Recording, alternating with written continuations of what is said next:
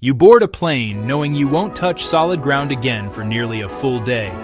No connections, no layovers, just 15, 16, sometimes 18 hours in the air.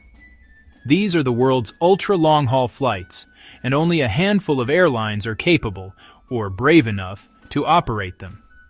Running a route that stretches more than 8,000 nautical miles isn't just about having the right aircraft. It's about economics, geography, crew endurance, and the delicate balance between luxury and fatigue. In this episode, we'll uncover the 8 airlines that truly dominate this rarefied end of aviation, from Singapore to Sydney, Doha to Dubai, and reveal why these marathon routes are reshaping global air travel. In aviation terms, ultra-long-haul means flights beyond 8,000 nautical miles, or about 15 hours gate-to-gate. Think Singapore to New York, Perth to London, or Doha to Los Angeles. These journeys test every part of an airline's operation. Fuel efficiency, you're flying at the upper limit of range. Crew management, pilots and cabin crew work in shifts, with bunks hidden above or below the cabin. Passenger comfort, humidity, pressure, lighting, and meals are carefully engineered to reduce jet lag. Profitability, with fuel tanks full and payload limited, every seat has to earn its keep. In short, ultra-long-haul flying is the airline industry's ultimate endurance sport. The rise of the A350 and 787 Dreamliner has changed everything. These new generation aircraft are lighter, quieter, and vastly more efficient than the old 4-engine jumbos. The Airbus A350-900 ULR in particular, ULR meaning ultra-long range, can fly over 9,700 nautical miles without refueling. It's what powers Singapore Airlines' record-breaking non-stops to New York. Boeing's 787-9 and 777-200LR also play starring roles. Their carbon fiber wings, composite fuselages, and efficient engines have made what was once impossible routine. And soon, Qantas A350-1000 Project Sunrise aircraft will push the boundaries even further. 20 hours non-stop from Sydney to London. The technology is ready. The challenge now is how airlines use it. Flying ultra-long-haul isn't about bragging rights anymore. It's a strategic weapon. Airlines use these routes to bypass competitors' hubs, stealing connecting traffic, capture corporate contracts where time is money and direct beats cheaper, serve diaspora markets, connecting families across oceans, showcase flagship products like new suites, chefs, or bedding designed for 17-hour flights. But each airline's motive is slightly different. Some want prestige, others chase profit, and a few do it to defend their home hub from rivals encroaching on their backyard. So let's see who's mastered this game. If ultra-long-haul flying had a world championship, Singapore Airlines would take the crown. Their Singapore, New York JFK route stretches over 9,500 miles and clocks in at nearly 19 hours. They operate multiple daily ultra-long-haul sectors, including Singapore to San Francisco and Los Angeles. Instead of cramming in seats, SIA designed a special A350-900 ULR with just 161 passengers, all in premium economy and business class. No regular economy at all. It's a flying spa, softer lighting, fresher air, and a cabin built for sleep. Their strategy is simple. Fewer seats, higher yield. It's not about filling the plane, it's about filling the right seats with people willing to pay for the time saved. Australia's flag carrier has always loved a challenge. When Qantas launched Perth-London in 2018, it became the first non-stop link between Australia and Europe, a feat that rewrote history. Now, Project Sunrise aims to go further. Non-stop from Sydney to London and Sydney to New York. Flights of nearly 20 hours. To make it work, Qantas is ordering Airbus A350-1000 ULRs, equipped with dedicated wellness zones for stretching, meditation, and hydration breaks. For Qantas, this isn't just about luxury, it's national pride.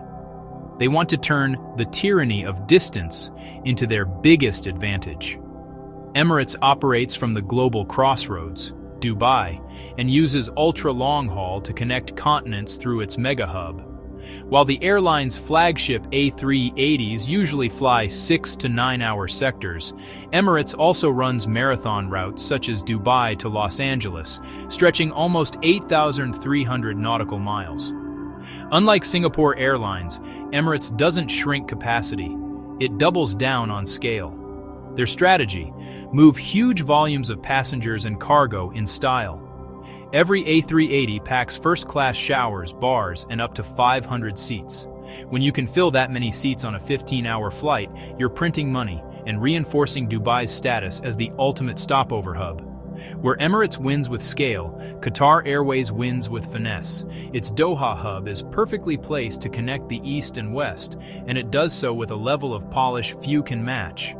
Flights like Doha to Auckland and Doha to Los Angeles push the limits of range and endurance. Cabins feature the famous Q-Suite, allowing business-class passengers to turn their seats into private bedrooms. Qatar's ultra-long-haul philosophy: make distance feel shorter. With impeccable service, constant investment, and a focus on high-yield corporate traffic, it's less about how long you fly and more about how good you feel when you land. For United, ultra-long-haul is a competitive tool, not a novelty. It was among the first U.S. carriers to link San Francisco and Singapore non-stop using the 787-9 Dreamliner. It also runs Houston, Sydney, and Newark, Cape Town, connecting its vast U.S. hub network directly to Asia, Oceania, and Africa. United leverages its hub structure, especially SFO, a gateway to Asia, to capture both leisure and business travelers who prefer non-stopover connections through Asia or the Middle East. Their strategy? Feed U.S. corporate demand while protecting market share from foreign rivals. Delta doesn't boast about record-breaking distances, but its routes are still serious ultra-long-haul operations. The flagship example: Atlanta to Johannesburg, covering more than 8,400 miles. Flying from the deep American South to the heart of Africa non-stop takes logistical mastery. It demonstrates Delta's ability to make distant points of the global network connect directly without alliances doing the heavy lifting. For Delta, ultra-long-haul is about reliability and self-sufficiency, not headlines. In 2022, Air New Zealand launched Auckland to New York JFK, one of the longest flights on Earth. It's not just a route, it's a statement. We can connect the bottom of the world to its top. Using the Boeing 787-9, the airline faces fierce headwinds and sometimes heavy payload restrictions, but it continues to run the service as a brand flagship. It markets the route as the ultimate Kiwi experience, serving local wines, produce, and sleep kits tailored to jet lag prevention. Few airlines personify national pride and technical endurance the way Air New Zealand does. Finally, Philippine Airlines, Asia's oldest carrier, quietly operates one of the world's longest regular routes, Manila to New York JFK, about 8,520 miles.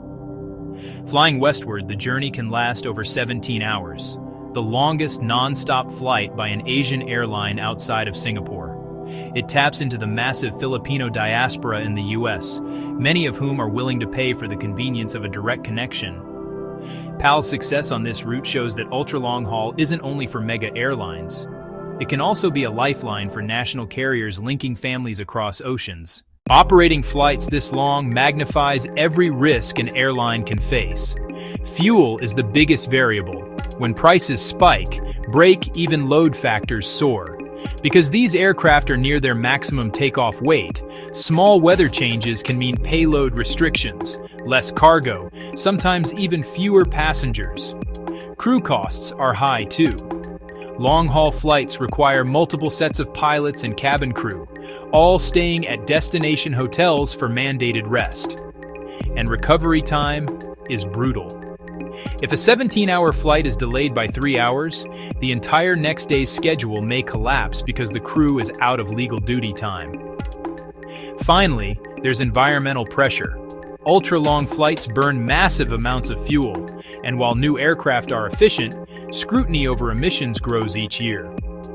Some critics argue that connecting flights with modern aircraft could, paradoxically, be more sustainable.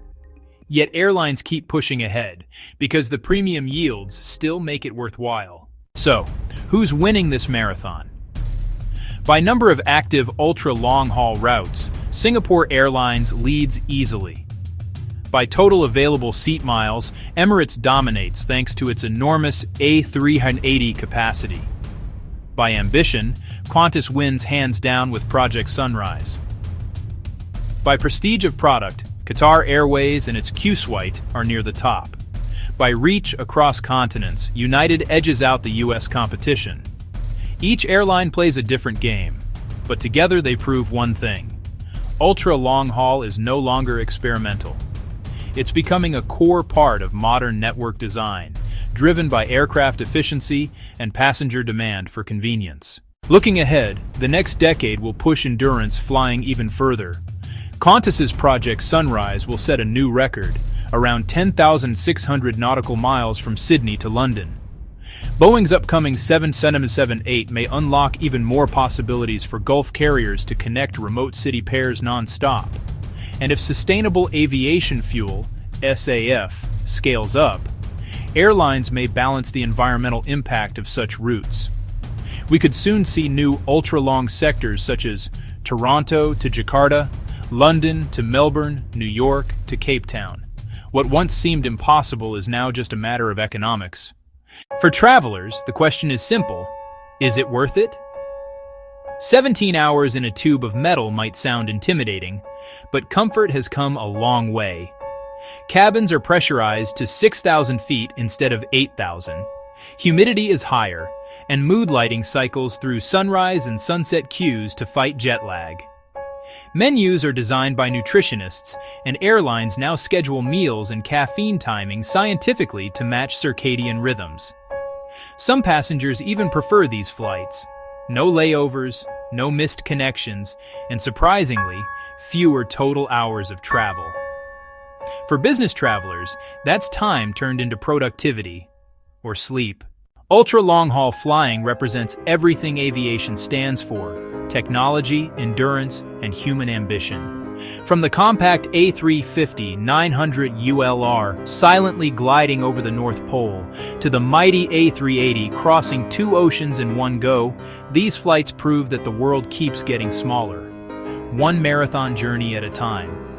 And among all the contenders, one airline remains the symbol of this new era: Singapore Airlines, the quiet champion that turned impossibly long flights into a smooth, profitable reality. If you enjoyed this deep dive into the world's longest flights, hit like, subscribe, and ring the notification bell, because next week we'll explore the secret economics behind airline meals and why some flights lose money on purpose. Until then, fly safe, stay curious, and keep watching the travel deck.